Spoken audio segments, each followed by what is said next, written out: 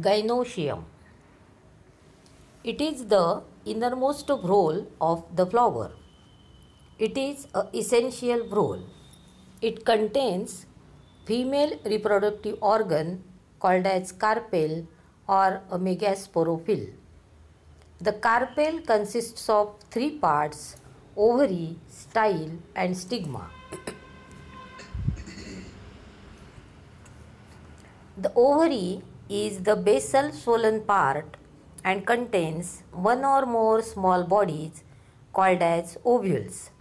After pollination and fertilization, the ovary develops into a fruit and ovules develops into seeds.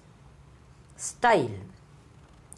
The style is present at the top of the ovary and bears a stigma at its apex.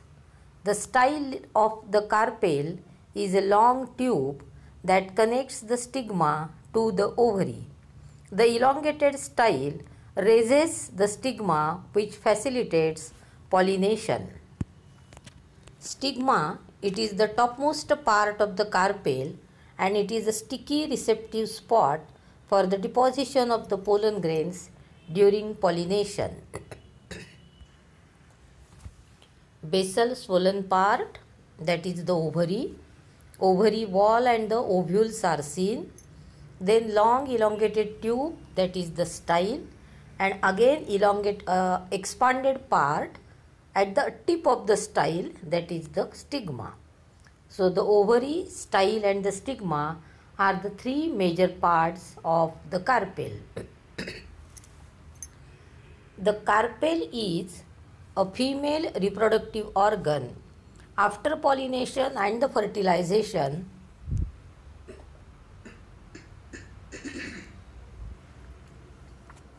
ovary develops into fruit and ovules develops into seeds. When there is a single carpel, it is called as monocarpellary. When in the gynoecium there are two carpels, that is called bicarpellary, three carpels, tricarpellary, four carpels, tetracarpellary, and more than four, that is the many carpels, that is the polycarpellary. Monocarpellary, bicarpellary, tricarpellary and tetracarpellary. It is also called as monolocular, bilocular, trilocular and tetralocular on the basis of the locules present in the ovary. Unilocular, bilocular, trilocular, tetralocular and pentalocular, sometimes hexalocular also, and then there is the polylocular or polycarpellary. In polycarpellary gynoecium, carpels may be free or they may be fused. When the carpels are fused, the condition is called syncarpus, and when the carpels remains free, the condition is called apocarpus. Look here. Three-lobed stigma is very clearly seen and the ovary is united. So it is syncarpus. Carpels are united. Here apocarpus. Condition is very clearly seen. They are free from each other, that is the apocarpus, and here they are united, they are called as syncarpus. Then the monocarpus, one carpel per flower, and apocarpus, two or more distinct carpels. Free carpels are there, that is called as apocarpellary condition. Then the superior ovary, position of the ovary. An ovary attached to the receptacle above the attachment of the other floral parts. Look here. Thalamus is there, and ovary is superior, remaining parts are inferior. That means at the base of the ovary, calyx, corolla and the androecium arises. That is called as the superior ovary. Ovary upper portion at the upper level and the remaining parts they are at the below level. And so such a type of flower is called as hypogynous flower. Then here inferior ovary. Inferior ovary, that means ovary is below and remaining parts are at the upper side. Here entirely different condition. Ovary is above, remaining parts are below. Here ovary is below and remaining parts are above. That is called as inferior ovary, and the flower is described as epigynous flower. Then there is the intermediate position, that is the perigynous. Perigynous ovary or the perigynous flower.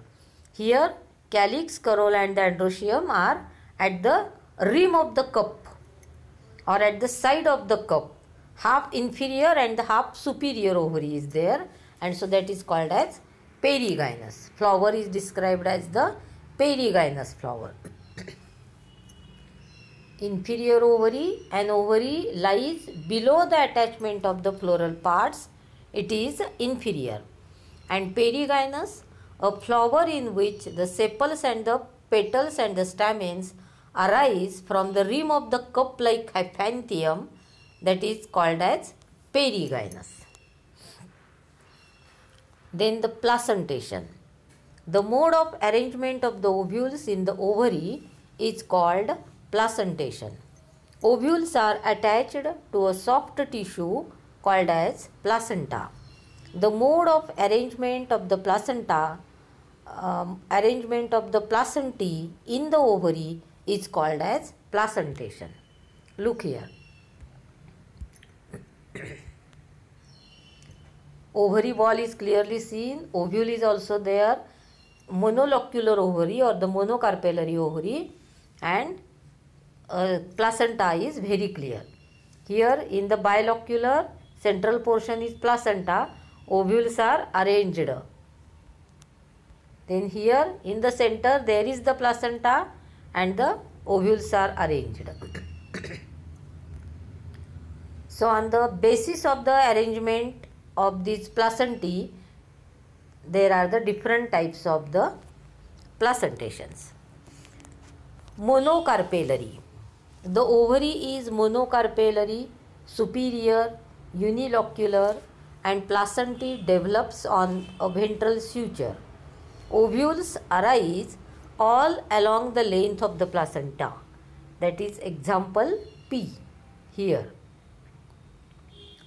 Then parietal. The ovary is bi or polycarpellary syncarpous and usually unilocular, and the ovules develops on the inner wall of the ovary. Here in this ovules are arranged on the inner side of the ovary wall. The ovary is a bi or a polycarpellary syncarpous multilocular, and the placenta develops on the axis and bear the ovules inside the locules. That is called as axile placentation. At the central axis, ovules are arranged. Then the basal, it is a single ovule arise from the base of the unilocular ovary. It is anatropous here. Single ovule is there and it is arises at the base, and always it is anatropous. Then the free central position, it resembles the axile placentation. However, the column is not connected by partitions to the ovary wall, and thus no locules are produced. Central axis is present, but the locules are not seen, and so the ovules looks like they become a free, and so they are called as free central.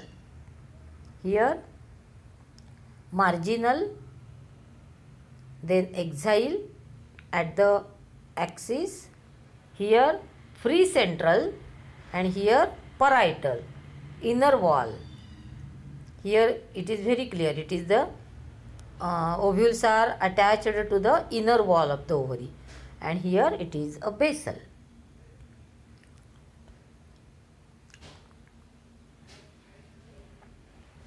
Thank you.